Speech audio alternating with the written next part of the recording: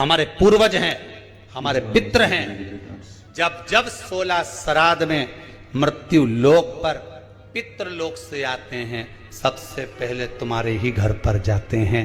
आस लगाकर, विश्वास लगाकर तुम्हारे ही दरवाजे पर जाकर कुछ मांगने का प्रयास करते हैं, कुछ पाने का प्रयास करते हैं तुम्हारे दरवाजे। ये फर्ज आपका है, ये फर्ज आपका है कि आप उनको दे रहे हो ना दे रहे हो।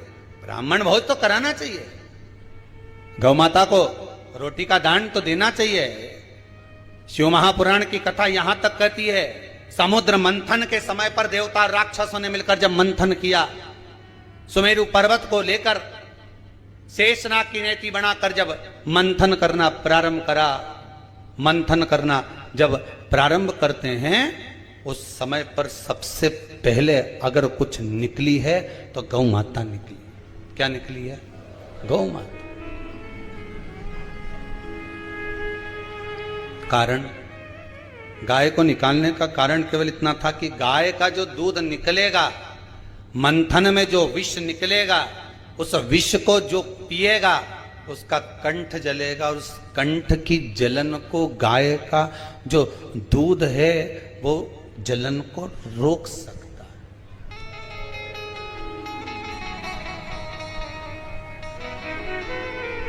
थोड़ा सा कच्चा दूध, कच्चा दूध मतलब तपाया ना हो, आवाज बढ़ा रिटर्न, थोड़ा सा कच्चा दूध,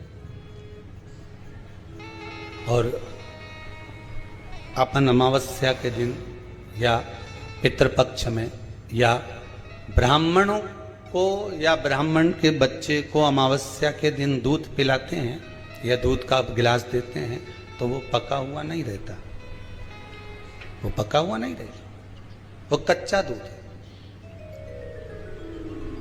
पीपल के नीचे जो दूध चढ़ाते हैं वो जम के बोलते जाओ कच्चा। शिव जी को जो दूध चढ़ाए वो कच्चा। कहीं पूजन में अगर प्रयोग लिया जाए तो कच्चा। पका हुआ का वर्णन नहीं है कि पका हुआ दूध होना चाहिए, यहाँ तो कच्चे दूध का वर्णन है कि कच्चा दूध, वहां कच्चा दूध चढ़ाया।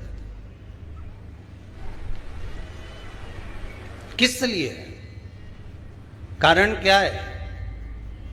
शंकर भगवान के श्री विग्रह में, भगवान शंकर के शिवलिंग में, भगवान शिव के शिवलिंग के भीतर सारे लोक, चाहे वो बैकुंठ लोक हो, चाहे वो मृत्यु लोक हो, चाहे वो पितृलोक हो, सब उस शिवलिंग के भीतर विराजमान है महाराज। शिवलिंग के भीतर विराजमान है महाराज, शिवलिंग के भीतर सारे के सारे,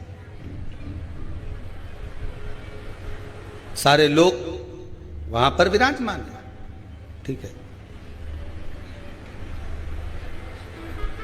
अब आपने जब कच्चा दूध शंकर जी पर समर्पित किया तो केवल शिव के लिए नहीं गया, वो कच्चा दूध जब आपने शंकर भगवान को चढ़ाया तो वो दूध सारे लोकों में होता होता हो पितृलोक में भी गया, और जो आपके पूर्वज थे उनका कल्याण कर दिया उस दूध ने, उस भाग ने। ध्यान लगाकर स्मरण करिएगा।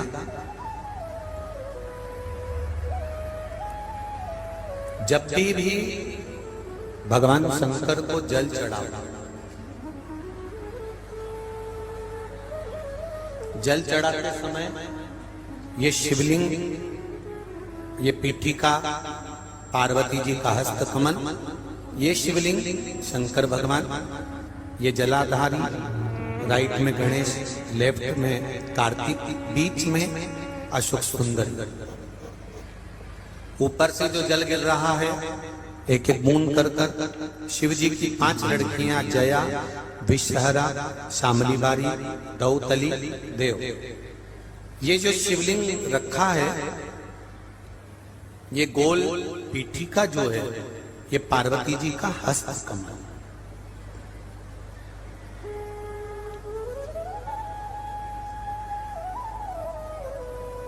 जिन बेटियों के विवाह में या बेटों के विवाह में देरी होती हो और संबंध नहीं जमता, अपने पितरों का स्मरण कर कर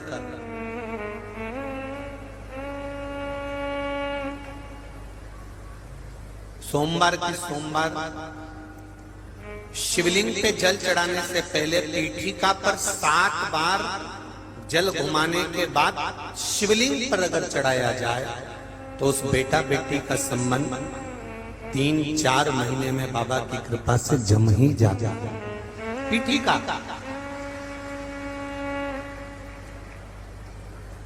क्यों? क्योंकि पितरों की बेटी मैना और मैना के घर में जो पार्वती मैया का प्रागट्य हुआ है, मैनावती पार्वती मैया को जो प्रकट करी है, जन्म दी है, तो स्वधा ने ये वर प्रदान करा था तीनों देवियों को, तीनों देवियों।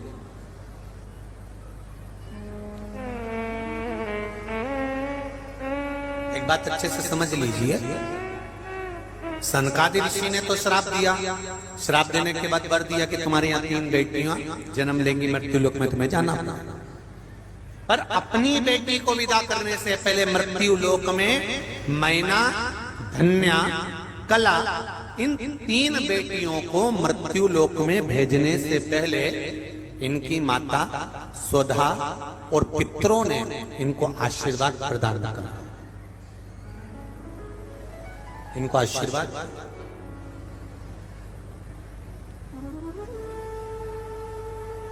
महाराज वर दिया।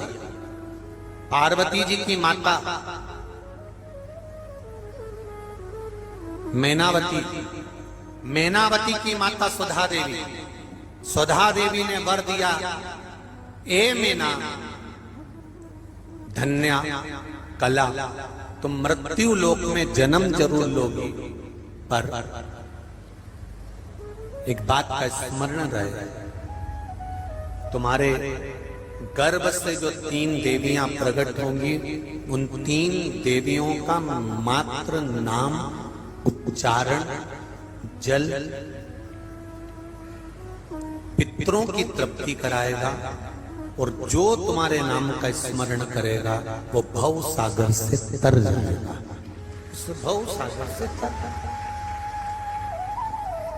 अब देखिए, स्वधा की लड़कियां मैना, धन्या, कला, मैना के घर में पार्वती मैया प्रगटी, और पार्वती मैया ने खूब तप साधना करी,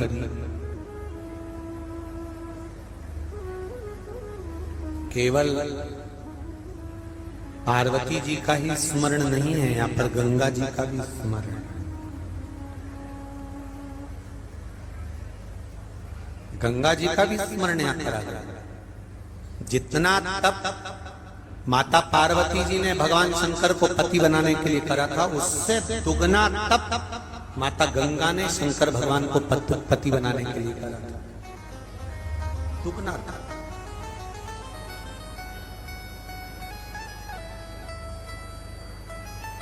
और आखिरी में हुआ क्या? शंकर भगवान की जो पत्नी बनी, अर्धांगिनी बनी, वो पार्वती जी बनी। गंगा तो रो पड़ी, गंगा के नैनों से तो जल बहने लगा, रो रही है, आंसू ढाल ढाल कर रो रही है। तो शिव जी ने पूछ लिया, गंगा तू क्यों रो रही है, तेरे रोने का कारण क्या है? गंगा जी कहती हैं, आपने पार्वती को अर्धांगिनी बना लिया, मुझे नहीं बनाया। शिव जी कहते हैं, गंगा तो रोना क्यों? गंगा कहती है, मैंने पार्वती से ज्यादा तप करा, जितना तप माता पार्वती ने करा उससे दुगना तप मैंने करा, जितनी आराधना पार्वती ने करी उससे दुगनी आराधना मैंने करी, जितनी साधना पार्वती ने करी उससे दुगनी साधना मैंने करी। फिर मुझे धर्मपत्नी क्यों नहीं बनाया? परसों की कथा में कहा था, भगवान ने तुम्हारे लिए कुछ अच्छा चुन कर रखा होगा, इसलिए रोना मत ही। अगर कुछ हाथ से चला भी गया तो कुछ अच्छा मिलने वाला होगा, इसलिए भगवान ने वो नहीं, भगवान ने नहीं।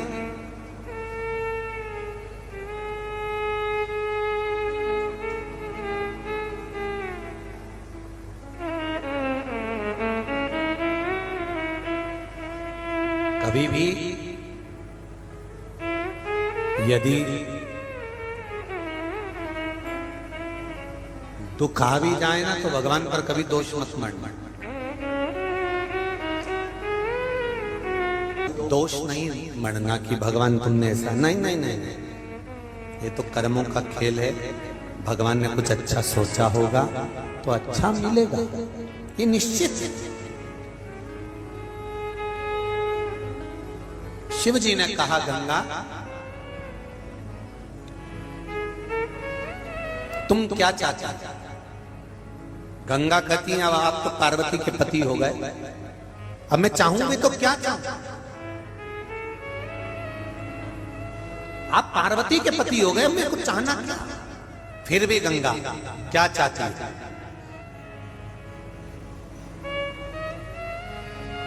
गंगा कहती है आपका और मेरा नाम जुड़ जाए, ऐसा कुछ वर दे दो। शिवजी ने कहा गंगा मैं तुझे वर देता हूं, जो भी गंगा की डुबकी लगाएगा वो तेरा और मेरा नाम साथ में लेगा, हर हर गंगे बोलेगा और उसको आनंद की अनुभूति हर हर। गंगा ने दूसरा वर मांगा,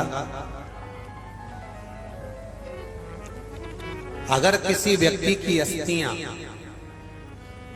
मेरे जल में आकर डाली जाए, जितने दिन तक गंगा के जल में किसी व्यक्ति की अस्थियां पड़ी रहेगी उतने दिन तक उसको बैकुंठ का सिंहासन पर बिठाया जाए। ये वर दे दीजिए, ये वर दो। इसीलिए कहते हैं ये भारत की भूमि है। अमेरिका में कोई मरता है तो उसको डेथ कहते हैं, ये मर गया, डेड बॉडी, डेड एक्सपायर हो गए। पर भारत में अगर कहीं का बेवड़ा भी मरता है ना तो उसके नाम के आगे भी लिखा रहता है स्वर्गवासी। अब बताओ इतना बड़ा बेवड़ा था, दिन भर पी के पड़ा रहता था, इतना बड़ा पापी, इतना गंदा काम करने वाला, इतना गंदा काम करने वाला भी मरता है तो भारत की भूमि पर उसके नाम के आगे एक्सपायर नहीं लिखा होता, क्या लिखा होता है? स्वर्गवासी। क्यों? क्योंकि ये भारत की भूमि केवल पूरे एशिया में एक ही भूमि ऐसी है भारत की जहां पर पाप करने वाला मरता है तो भी उसको स्वर्ग मिलता है। इसलिए इसका नाम मरने पर लिखा जाता है स्वर्गवासी, एक्सपायर नहीं, डेथ नहीं। कितना भी पाप करने वाला हमारा तो भी वो स्वर्गवासी लिखाया, तो भी वो बैकुंठ अधिपति के पद पर बैठने वाला लिखाया।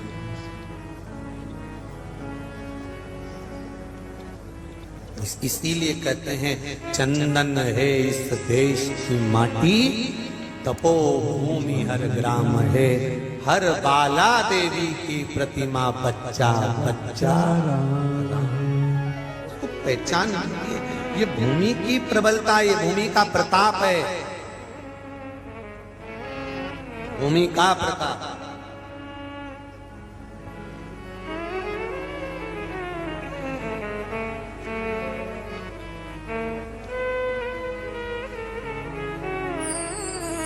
भगवान से प्रार्थना करा करो, कभी कभी शिव जी से कहते रहा करो अगला जन्म देना तो भारत की भूमि पर देना, और भारत की भूमि पर जन्म देना तो किसी सनातनी के घर में पैदा करना, सनातनी के घर में पैदा करना तो उसके घर में पैदा करना जिसके घर में एक लोटा जल शिव जी को चढ़ाया जाता हो, वहां पैदा। जहां शिव की आराधना होती है, शंकर का गुणगान, शंकर का स्मरण, शंकर की भक्ति, क्योंकि ये बार बार जन्म नहीं देती शंकर की भक्ति। एक बार शिव की आराधना करी फिर अगला जन्म नहीं है, अगला जन्म सीधे मोक्ष है, सीधे मोक्ष। मुक्ति और मोक्ष में अंतर है। मुक्ति का मतलब होता है एक योनि से छूटे दूसरे में पहुंच गए, दूसरे योनि से छूटे तीसरे में पहुंच गए, तीसरे से छूटे चौथे में पहुंच गए। और मोक्ष का मतलब एक जन्म लिया, भजन कर कर निकल गए, उसके बाद कोई जन्म नहीं, कोई जन्म नहीं।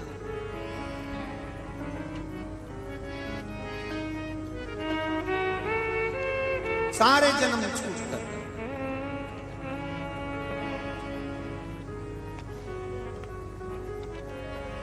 महाराज शिव कथा कह रहा है, शंकर का गुणगान कह रहा है। गंगा ने वर मांगा कि जितने दिन तक मेरे जल में अस्थियां पड़ी रहेगी उतने दिन तक वो जीवात्मा बैकुंठ में पड़ी रहेगी। वर दे दिया। फिर गंगा ने कहा मुझे वर दो कि अगर पार्वती के यहाँ संतान हो तो मेरे यहाँ भी संतान हो। गंगा तेरा और मेरा विवाह नहीं हुआ है तो तेरे यहाँ संतान कैसे होगी? गंगा जी कहती हैं आप शिव हो, जो दुनिया का कोई नहीं कर सकता वो मेरा कंकर और शंकर महादेव कर सकता है। आप कर सकते, जो कोई नहीं करेगा वो आप करोगे। एक पत्र आया है,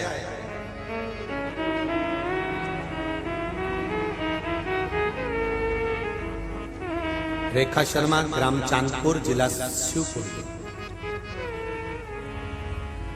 मेरा छोटा बेटा मैथ बायो से 12th 90% के अंक से पास होने के बाद बीए के साथ साथ यूपीएससी सिविल सेवा आईएएस परीक्षा की तैयारी पर था।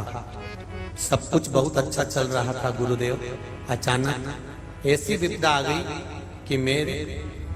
कि जिसका मैं वर्णन नहीं कर सकता।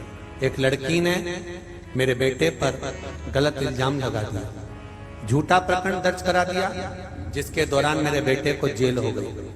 बेटे के जेल जाने के बाद ऐसा लग रहा था जैसे सब कुछ समाप्त हो गया हो।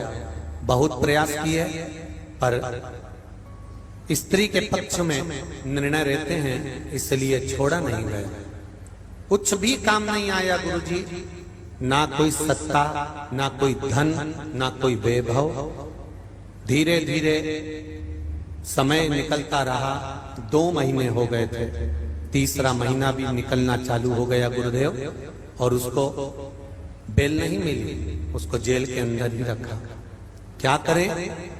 मेरी बड़ी बेटी ने टीवी पर आस्था चैनल पर कथा श्रवण करी और कहा कि मामा कथा श्रवण करो, बाबा कुछ अच्छा करेगा। और मैंने कथा सुनना प्रारंभ किया। गुरुजी आपने जैसा बताया उसके अनुसार पशुपतिनाथ का व्रत प्रारंभ किया। व्रत करने के बाद 27 मई 2022 को कथा के अनुसार कुबेरेश्वर धाम सीहोर गई। वहां बाबा के दर्शन किए, कंकर शंकर की पूजन करी। कंकर शंकर की पूजन कर कर रुद्राक्ष वितरण बंद था, तब मैं कंकर लेकर आ गई और कंकर लाकर मैंने घर में पूजन करना प्रारंभ करा, जिसके फलस्वरूप 80 दिन 3 महीने से 10 दिन पहले तक कोई भी बेल नहीं होना थी। पर बाबा की कृपा ऐसी हुई कि जब मैं कुबेरेश्वर धाम से आई और आने के तीसरे दिन ही मेरे बेटे को छोड़ दिया गया और सारा केस समाप्त हो गया। गुरुदेव ये शिव है। और घड़ी शंभो शरणे मांगू घड़ी रे दुख काटो दया करी मैं दर्शन आपो। भगवान शिव की कृपा, उदारता, दया, करुणा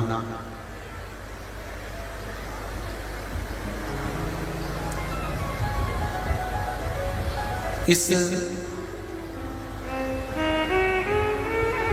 मानव के जीवन में, मनुष्य के शरीर में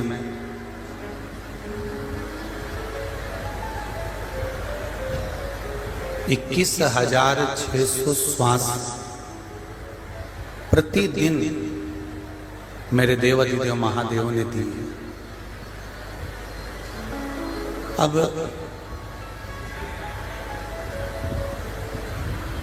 21,600 श्वास जो देवाधिदेव महादेव ने दी है, उस प्रत्येक श्वास का कर्म है भगवान की भक्ति करना, भगवान का भजन करना, भगवत नाम का स्मरण करना। और इतने प्रेम से, इतने आनंद के साथ जब मेरे देवाधिदेव महादेव ने, भगवान ने हमको जन्म दिया है, मृत्यु लोक दिया है, मानव का शरीर दिया है, इस पृथ्वी पर भेजा है, तो मृत्यु लोक में भेजने का केवल एक कारण है कि हमारा जो पूर्व का समय गया है, हम जिस योनि में थे, हम जिस रूप में थे, उस योनि को, उस रूप को छोड़कर हम ये मनुष्य की देह धारण करे हैं। और ये मनुष्य की देह केवल भगवान की भक्ति करने के लिए, और इस देह को पाने के बाद अगला जन्म फिर किसी जीव का ना हो, भगवान की शरणागति मिल जाए और हमारी मुक्ति मिल जाए, उसके लिए प्राप्त हुआ है।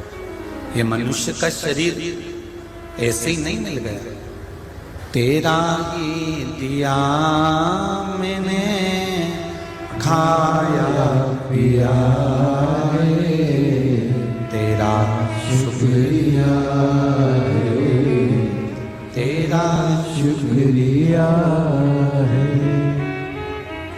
ये जायदाद दी है, औलाद दी है, मुसीबत में हर वक्त इमदाद दी है। तेरा ही दिया मैंने, खाया पिया है, तेरा शुक्रिया है, तेरा शुक्रिया है। ये तेरी कृपा से, ये तेरी करुणा से।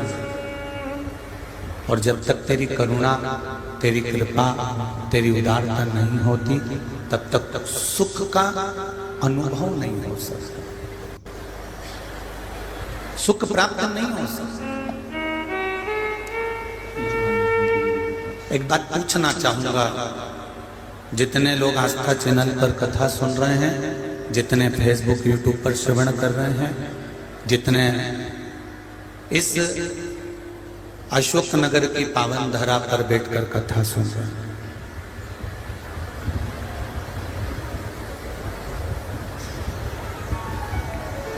थोड़ा विचार करिएगा।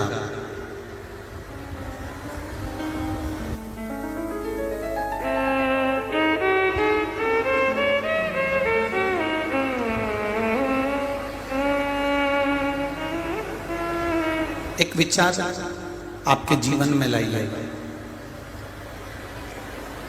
एक चाबी, अगर मान लो तुम घर की लेकर आए और कथा में बैठ गए, वो वाले एक घर की चाबी आप लेकर आए और कथा में बैठ गए, और कथा में बैठने के बाद वो चाबी कहीं गिर गई। बड़ा ध्यान देना अशोक नगर वालों, 2 दिन की कथा हो रहे और ये तर्पण एक लक्ष्य को लेकर शिव महापुराण की कथा रखी है, जिससे जितने भी जीव इस कथा को श्रवण करें, उनकी 71 पीढ़ी के कोई जीव अगर कहीं भोग रहे हों तो वो तर जाएं, इसलिए इस कथा को रखा गया।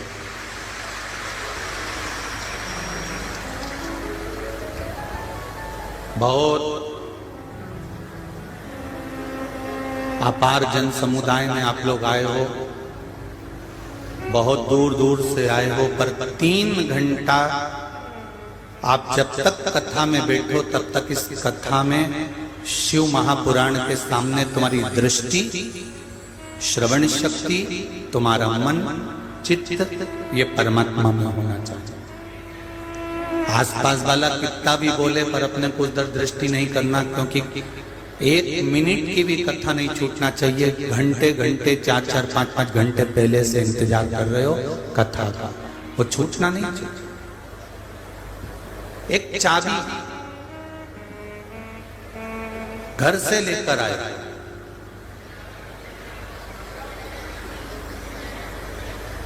और वो चाबी अगर कहीं गिर गई, खो गई,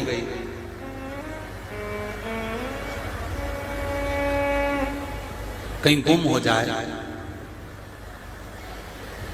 या वो चाबी कहीं छूट जाए, तो परेशानी आएगी कि नहीं आएगी? अरे जम के तो बोलो।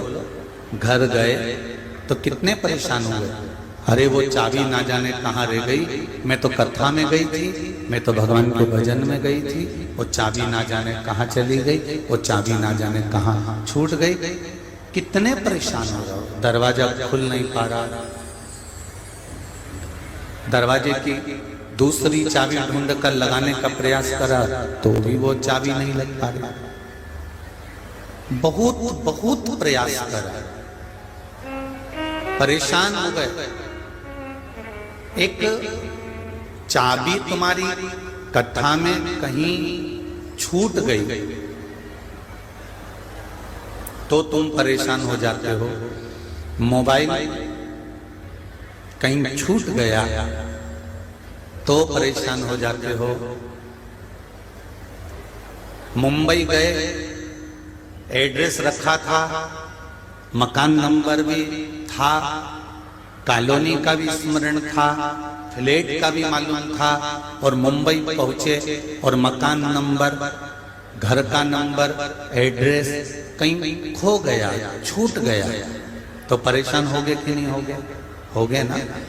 चाबी छूट जाए तो व्यक्ति परेशान हो जाता है, मोबाइल नंबर छूट जाए तो व्यक्ति परेशान हो जाता है, घर का पता छूट जाए तो व्यक्ति परेशान हो जाता है, मोबाइल कहीं छूट जाए तो व्यक्ति परेशान हो जाता है। तो शिव महापुराण की कथा कहती है, मनुष्य शरीर प्राप्त करने के बाद अगर भोले नाम छूट जाए, शंकर का नाम छूट जाए तो जिंदगी नरक हो जाती, जिंदगी बेकार।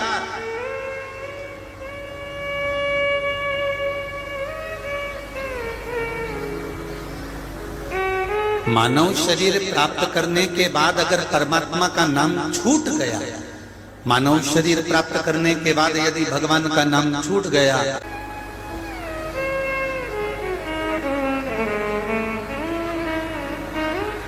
आप अगर भगवान पर विश्वास कर रहे हो,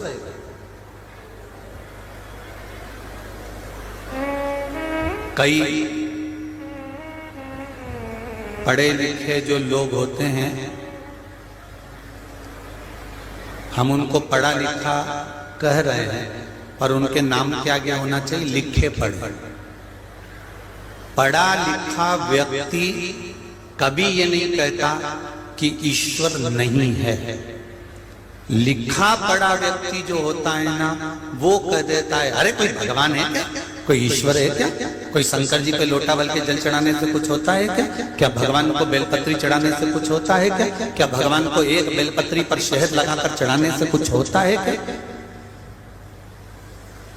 जो पढ़ा लिखा है, जो विद्वान है, जो पढ़ा लिखा व्यक्ति है, वो कभी संशय नहीं करेगा कि परमात्मा है कि नहीं है। क्यों?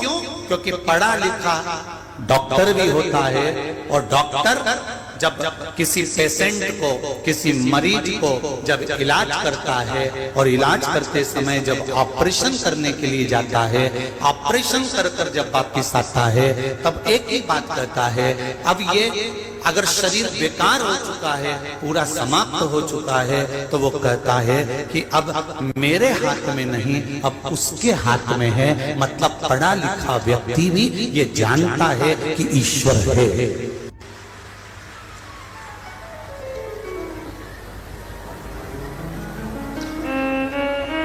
पढ़ा लिखा व्यक्ति भी ये जानता है कि ईश्वर है, और जो कहता है कि आओ भगवान को जल चढ़ाने से कुछ होता है, सूर्य नारायण को अर्घ देने से कुछ होता है, गाय को रोटी देने से कुछ होता है, कौवे को ग्रास देने से कुछ होता है, क्या पितरों को भोजन कराने से कुछ होता है, जो पढ़ा लिखा है वो ऐसी बात नहीं करेगा, वो कभी नहीं करेगा। अच्छी पढ़ाई जिसने करी है, जो विद्वान है, जो विद्वत्ता में परिपूर्ण है, वो कभी इस तरह की बात नहीं करेगा। पर जो लिखा पढ़ा होगा,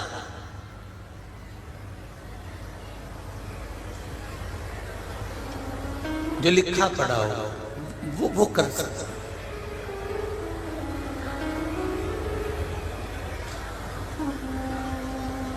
वो कभी ईश्वर की निंदा ही नहीं करेगा। पढ़ा लिखा व्यक्ति कभी ईश्वर की निंदा नहीं करता।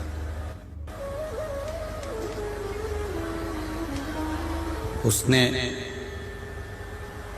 मन में एक विचार बनाया, हाँ ये जरूर है, पढ़ा लिखा व्यक्ति ढोंग ढकोसला या फालतू के जो नाटक होते हैं ना, इसको पढ़ा लिखा व्यक्ति कभी पसंद नहीं करता, कभी पसंद नहीं करेगा।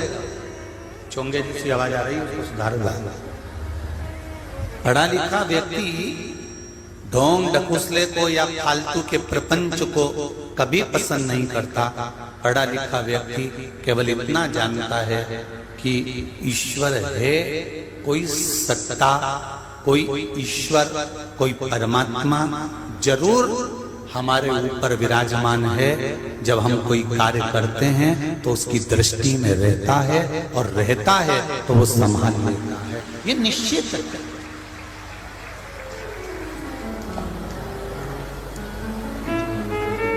कितने सारे आए हो आप, कितने, और जितने अंदर हो उससे दुगने बाहर हो, और जितने बाहर हो उससे दुगने रोड पर हो। जरा विचार करिए, कितनी मोटरसाइकिल आई होगी, कितनी फोर व्हीलर गाड़ी आई होगी, कितने ट्रैक्टर आए होंगे, कितनी बसें आई होंगी।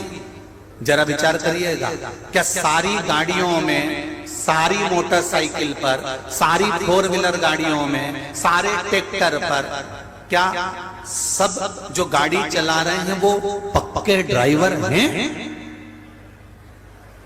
पक्के ड्राइवर हैं क्या सब? नहीं। कोई ने तो कहा चलो मैं ले चलता हूँ, छोड़ देता हूँ, चलो मेरे पीछे बैठो, मैं अभी छोड़ के आता हूँ। भले वो नया ड्राइवर है, उसको नहीं मालूम गाड़ी चलाना, फिर भी वो लेकर आ गया। अब किसके भरोसे पर आए?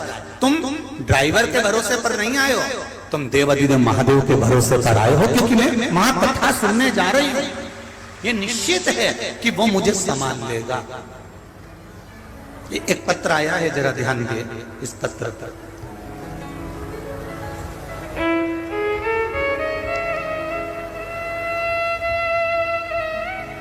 मेरा नाम अनीता साहू है, मुंगावली जिला अशोकनगर की रहने वाली हूँ।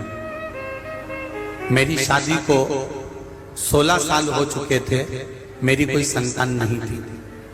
कहीं बैठी हो अनीता साहू तो दोनों हाथ हिलाइएगा। अनीता साहू जहां बैठी हो दोनों हाथ हिलाइए एक बार, तो पहचान में आ जाएंगे। जहां कहीं बैठी हो,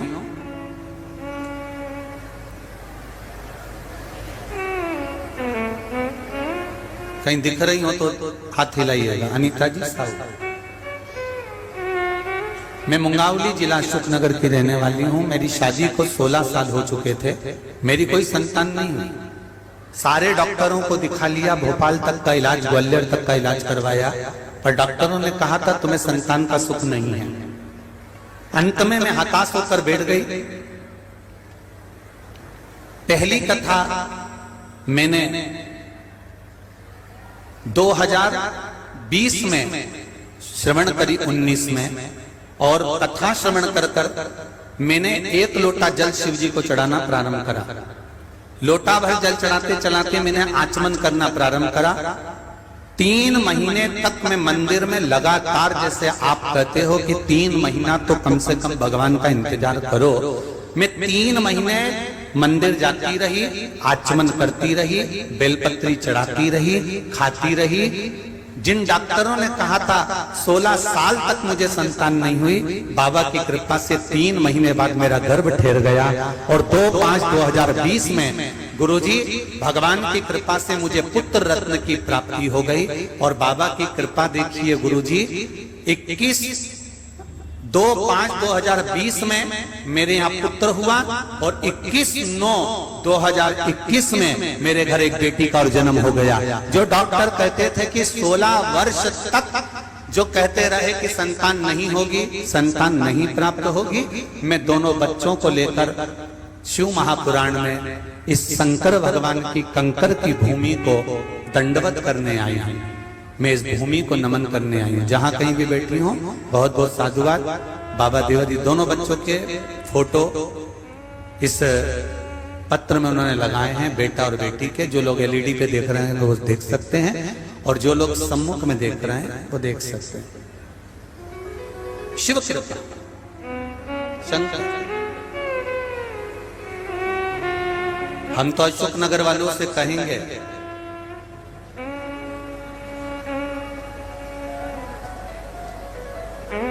जो लोग छूट गए, जो लोग रह गए, उनसे निवेदन है 5 मिनट के लिए भी कथा के पंडाल में जाना और इस भूमि की रज को, कंकर और शंकर की इस रज को अपने शरीर पर एक बार जरूर लगाना, तो ऐसा महसूस करोगे कि मैं कैलाश धाम घूम कर आया हूं। ये निश्चित है। और केवल अशोक नगर के नहीं, जो 26 तारीख से मंदसौर में 2 बजे से 5 बजे तक मंदोदरी शिव महापुराण की कथा होने वाली है, मेरा संपूर्ण मंदसौर के आसपास के क्षेत्र वालों से भी निवेदन है 5 मिनट जाओ और शिव महापुराण के उस पावन प्रांगण में पंडाल में 5 मिनट हाजिरी, अपने जीवन का कंकर और शंकर का दर्शन अवश्य करो। आज सांसद महोदय, बहुत प्रसन्नता की एक बात कहना चाहूंगा कि यहाँ कहीं एक भवानी प्रसाद जी आए हुए हैं जो जोधपुर से आए हैं। उन्होंने सीहोर ऑफिस में फोन लगाया और सीहोर ऑफिस में फोन लगाने के बाद फिर उन्होंने वापिस वहां से नंबर लेकर आशीष जी को फोन किया। आशीष जी को फोन कर उन्होंने बताया कि अशोक नगर के निवासियों को और सांसद महोदय को हमारी तरफ से गुरुजी धन्यवाद देना। 2 दिन पहले की बात है गुरुदेव, मैं शुगर का मरीज, मेरी शुगर बाबा की कृपा से अब तो ठीक हो चली, पर मैं सुबह के समय पर भूखा नहीं रह सकता था। सांसद जी उसके शब्द देखिए कितने जोरदार, उसने कहा कि मैं सुबह के समय पर भूखा नहीं रह सकता था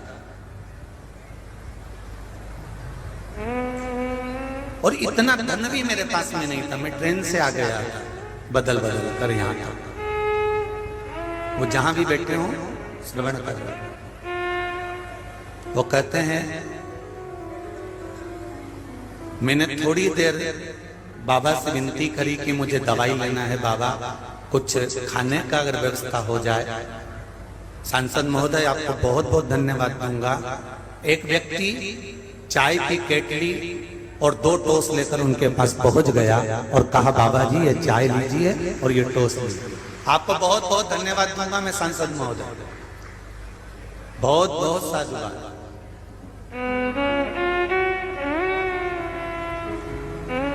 उसकी खुशी का मैं वर्णन नहीं कर सकता इस व्यासपीठ से। एक बात जरूर कहूंगा, जितने लोग कथा सुन रहे हैं उन सभी को, आपके नगर में अगर कथा हो ना शिव महापुराण की, और कभी आपको लगे कि इतना लोग मेला ठेला आया है, तो निवेदन है मेरा, आपके दरवाजे पर जो मांगने आएगा भिक्षुक, उसको आप दोगे। वो जुए में लगा रहा है कि मदिरा में लगा रहा है कि मांसाहार में लगा रहा है ये पता नहीं, पर शिव महापुराण की कथा जो सुनने आता है 7 दिन तक शंकर का भजन करता है, उसको अगर आपने एक बिस्कुट का पूड़ा भी दिया है ना, तो ये निश्चित है कि वो आपके खाते में लिखा। आपने जो उसको खिलाया है, जो आपने उसको दिया है, एक गिलास पानी भी अगर पिलाया है, सेवा करी है, तो उसका फल आपको प्राप्त जरूर होगा, ये निश्चित है।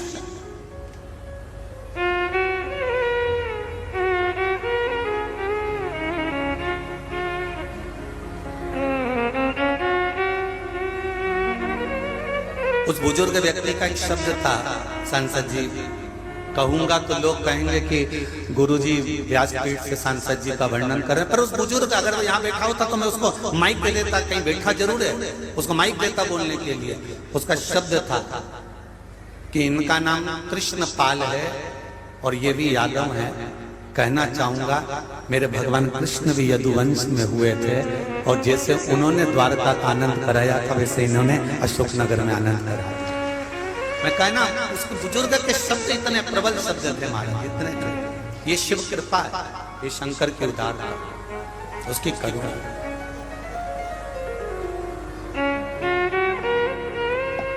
मैं कभी कभी बहुत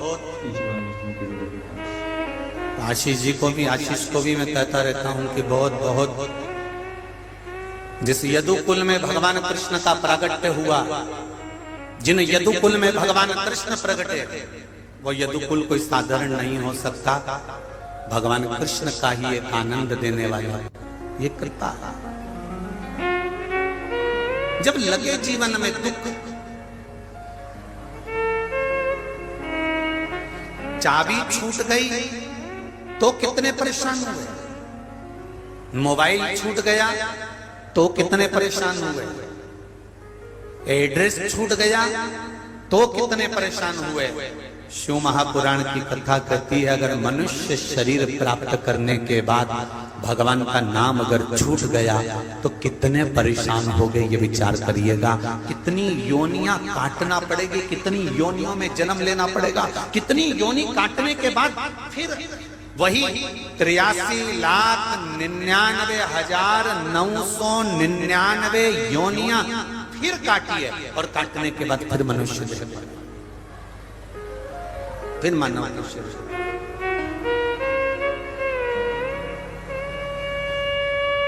फिर मानव का शरीर प्राप्त करें।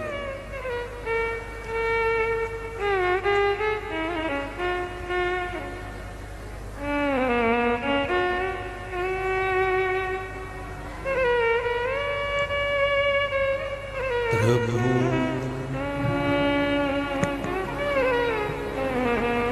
हम जरा विचार करें, हम जरा हृदय चित्त रखें, स्मरण।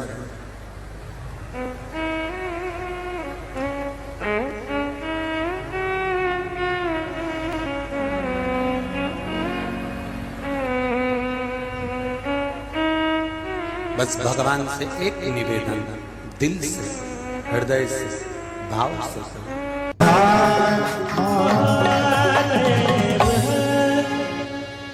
भगवान शिव की भक्ति करते हैं। अपने स्थान पर बैठकर भगवान शंकर के मूल मंत्र का स्मरण करेंगे। आज मासिक शिवरात्रि है, महीने की शिवरात्रि और श्राद्ध तक दोनों चल रहा है। दिल से बाबा देवाधिदेव महादेव से प्रार्थना करिए, श्री शिवाय नमस्तुभ्यं, श्री शिवाय नमस्तुभ्यं, श्री शिवाय नमस्तुभ्यं, श्री शिवाय नमस्तुभ्यं, श्री शिवाय नमस्तुभ्यं। भोला सब दुख काटो ओ भोला सब दुख काटो शिव शंकर जपो तेरी माला, भोले बाबा जपो तेरी माला, भोला सब दुख काटो मारा, ओ भोला सब दुख काटो मारा। शिव से अपने मन की बात।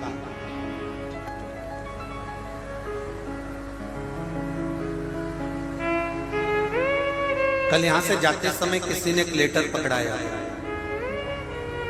उस पत्र में एक प्रश्न लिखा था, गुरुजी आप जब भी मंत्र बुलवाते हो तो सबसे कहते हो आराम से नीचे बैठो और बैठ कर फिर मंत्र का जाप करो, तो क्या खड़े खड़े जाप करेंगे तो क्या मंत्र का फायदा नहीं मिलेगा?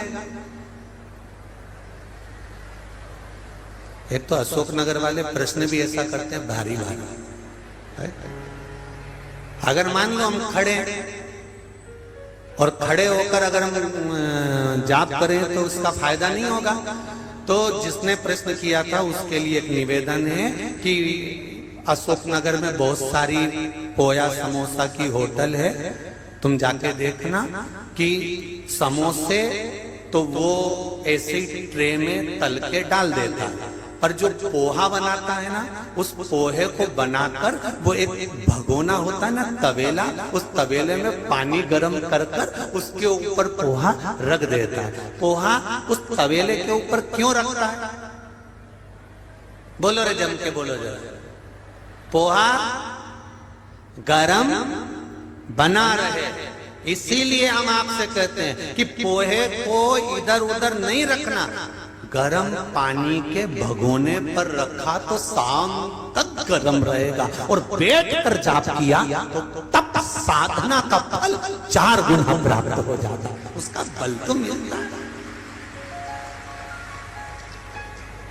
अब तुम केवल समोसा होते तो तुमको ट्रे में पटक देते कि तुम जहां खड़े हो खड़े रहो, पर पोहा पानी जो गर्म होता है उसके भगोने पर रखा जाता है, जिससे पोहा गर्म रहे शाम तक।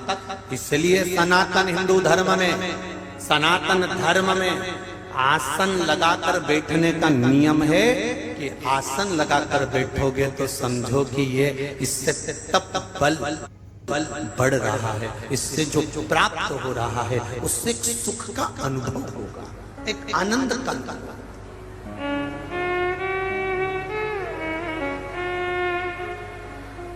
प्रभु का नाम ना छूटो, भगवान की भक्ति ना छूटो।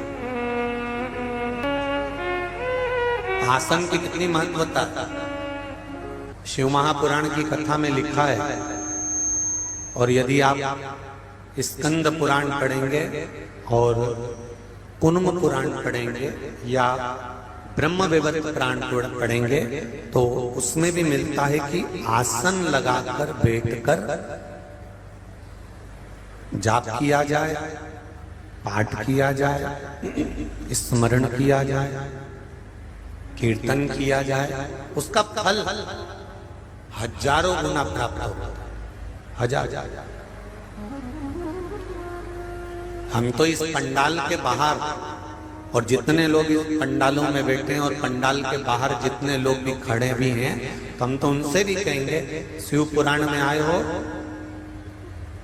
जहां तक बैठने की व्यवस्था हो, अगर जमीन भी मिले, क्योंकि जमीन भी शिव पुराण की साधारण नहीं, कंकर शंकर की भूमि है, जमीन भी मिले तो 5 मिनट बैठकर कथा सुनकर फिर जाए, खड़े खड़े चप्पल पहन के मत निकल जाए, 5 मिनट बैठो पर बैठो, कथा का स्मरण करो। मैंने तेरे भरोसे ओ बाबा, तेरे भरोसे हवा बिच उड़ती जावांगे, बाबा रोर छठी ना मैं कटी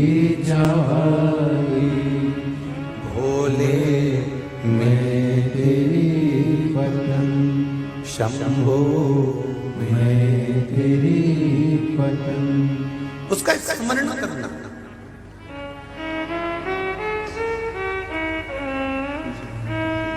स्वधा के घर में, पितरों की धर्म पत्नी के घर में, पितरों के घर में 3 बेटियों का जन्म हो गया, मेना, धन्या, कला। इन तीनों को सनकादि ऋषि का श्राप लग गया कि तुम मृत्यु लोक में जन्म लोगी, पृथ्वी पर जाओगी। इन्होंने संतों के चरण को पकड़ लिया, क्षमा मांग ली, तो संतों ने आशीर्वाद दे दिया कि तुम तीनों के गोद में 3 बेटियां खेलेंगी जो जगत का कल्याण करेंगी, जगत का उद्धार करेंगी।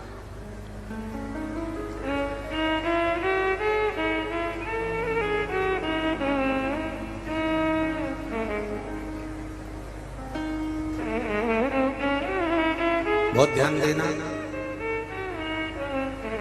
21,600 श्वास में से थोड़ी बहुत श्वास ऐसी होती होगी जिसमें तुम भगवान का भजन करते। 21,600 श्वास में से आधी श्वास तो तुम्हारी सोने में निकल जाती है। 21,600 में से आधी श्वास सोने में निकल गई और कुछ श्वास बची तो अपने घर के कामकाज में निकल गई, कुछ श्वास बची तो अपने परिवार में निकल गई, कुछ श्वास बची खाने पीने में, जिंदगी जीने में निकल गई, कुछ श्वास बची। उस श्वास का सदुपयोग वही हुआ जो तुमने भगवान की भक्ति में लगाया, जो तुमने कीर्तन में लगाया।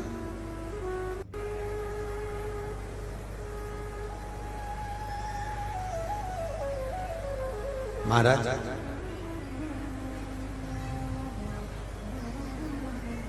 गाय के पीछे बछड़ा चलता है। बोलो किस किसने देखा है? जम के हाथ बोलो, जल्दी से हाथ उठा के। गाय के पीछे बछड़ा चलता है, ये निश्चित है। गाय के पीछे बछड़ा चलता है, पति के पीछे पत्नी चलती है, कभी कभी पत्नी के पीछे पति चलता है। और एक बात का स्मरण रखना, जो शंकर जी का भक्त होता है, भक्त के पीछे मेरा महादेव चलता है, ये निश्चित है। अगर गाय के पीछे बछड़ा चलता है, पति के पीछे पत्नी चलती है, तो भक्त के पीछे महादेव चलता है, ये निश्चित है कि वो चलता है। बस केवल एक भक्त का भाव होना चाहिए कि शंकर भगवान को मैं 1 लोटा जल चढ़ा रहा हूँ, शिव जी को 1 लोटा जल समर्पित कर रहा हूँ, शंकर भगवान को 1 बेलपत्री चढ़ा रहा हूँ, शंकर भगवान को 1 चावल का दाना। उसका दिल, उसका हृदय, उसकी चित्त, उसकी वृत्ति, उसका मन शिव के प्रति जागरूक हो, दिखावे के लिए नहीं।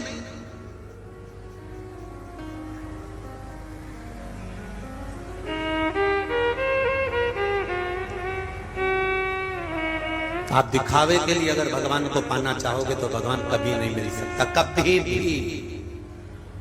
आप कितना ही प्रयास कर लो, परमात्मा नहीं मिलेगा। हाँ, अगर निर्मल मन सोमो ही पावा, अगर आपका मन साफ है, निर्मल है, आपके भीतर कपट नहीं, छल नहीं, बेईमानी नहीं, प्रपंच नहीं, तो भगवान मिलेगा निश्चित। उसको पाने के लिए बहुत सहज स्वभाव।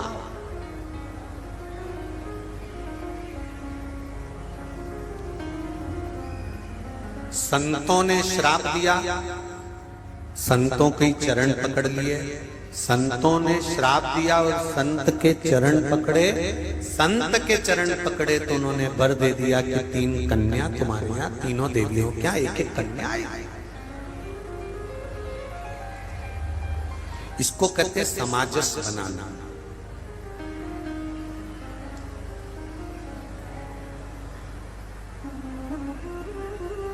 जूता पहनते हो पाँव में, चप्पल पहनते हो पाँव में, किसी को 5 नंबर की चप्पल जूता, किसी को 7 नंबर का जूता, किसी को 9 नंबर का जूता, किसी को 6 नंबर की चप्पल, किसी को 5 नंबर की चप्पल, 5 नंबर का जूता आता है। दुकान वाला जब भी देगा आपको तो जोड़ी से देगा, या तो 5 नंबर का देगा, 6 नंबर का देगा। तो 6 नंबर का देगा तो दोनों चप्पल 6 नंबर की देगा कि एक 5 की एक 6 की देगा? अरे बोलो बोलो जम के, दोनों 6 की देगा ना। और 5 नंबर की देगा तो दोनों 5 नंबर की देगा। 4 नंबर की चप्पल देगा तो 4 नंबर की दोनों देगा। और मान लो तुमने कहा साहब हमारे पाँव में जूता पहनना है, और तुमने कहा कि साहब हमको जूता पहना दो, चप्पल पहना दो, और वो चप्पल लाया, और एक उसने तुमको 8 नंबर की पहना दी, और एक चप्पल उसने तुमको 6 नंबर की पहना दी। अब तुम कितने किलोमीटर चल सकते हो बोलो? 6 नंबर की चप्पल, 8 नंबर की चप्पल, 6 नंबर का जूता, 8 नंबर का जूता, एक पाँव में 6 नंबर का पहन लिया, एक पाँव में 8 नंबर का पहन लिया। जब दोनों के नंबर अलग अलग हैं, दोनों का नंबर मैच ही नहीं खा रहा, तो तुम 2 किलोमीटर भी सही से नहीं चल सकते। शिव महापुराण की कथा कहती है कि चप्पल भी 1 नंबर की होना चाहिए, तो आप कई किलोमीटर तक चल सकते हो, पाँव में छाला नहीं आएगा। उसी तरह घर में पति पत्नी का नंबर भी एक ही होना चाहिए, दोनों एक दूसरे के प्रति समर्पित होना चाहिए, तो कई किलोमीटर तक चल जाओगे। अब जेठानी का पावर बढ़ रहा है 8 नंबर पर, देवरानी का पावर बढ़ रहा है 7 नंबर पर। अब परिवार वाले इनमें समाजस बिठा रहे हैं, दोनों एक साथ रहना बेटा, सास आशीर्वाद दे रही दोनों साथ में रहना बेटा, ससुर आशीर्वाद दे रहे दोनों बहुएं साथ में रहना बेटा। तो देखो तो सही कि कैसे इनको बिठाया जाए एक जगह। ये बिना अगर 8 नंबर, 7 नंबर, 6 नंबर, 5 नंबर बदल बदल कर जूता पहनोगे तो 2 किलोमीटर नहीं चल सकते। दोनों का बराबर भाव होना चाहिए। पति जितना पत्नी के प्रति समर्पित हो, पत्नी उतनी पति के प्रति समर्पित होना चाहिए, तो कई किलोमीटर तक की यात्रा हो सकती है। कई किलोमीटर। एक भाई दूसरे भाई पर जितना समर्पित है, उतना एक भाई दूसरे भाई पर समर्पित हो, कई किलोमीटर की यात्रा हो सकती है। बचपन, जवानी, अधेड़ी कितनी निकल जाएगी। और अगर समर्पण पूरा नहीं है, एक भाई ने पूरा समर्पण करा और दूसरा समर्पित होने को तैयार नहीं है, तो समझ लो एक जूता 8 नंबर का है और एक जूता 6 नंबर का है, 2-4 किलोमीटर से ज्यादा नहीं चल पाओगे।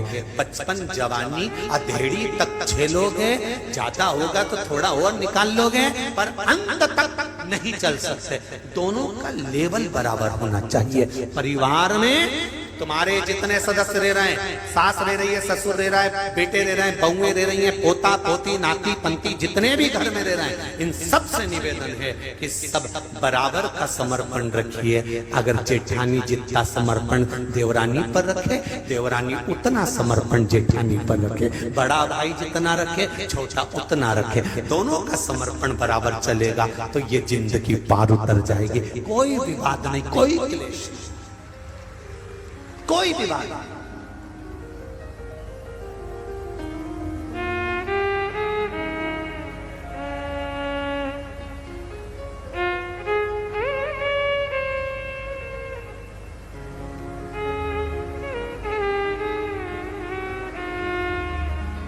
एक बात आपसे कहना चाहेंगे, शिव महापुराण आपको प्रॉपर्टी की वसीयत नहीं दे सकती, पर शिव महापुराण प्रॉपर्टी को बचाने के लिए नसीहत जरूर दे सकती है, ये निश्चित है। शिव महापुराण आपकी प्रॉपर्टी के लिए वसीयत नहीं दे सकती, पर शिव महापुराण आपकी प्रॉपर्टी को बचाने की नसीहत जरूर देगी कि अपनी प्रॉपर्टी को भाई भाई, बहन, रिश्ते नाते, कुटुंब, कबीले कैसे संभाल कर रखना है। हमें आपस में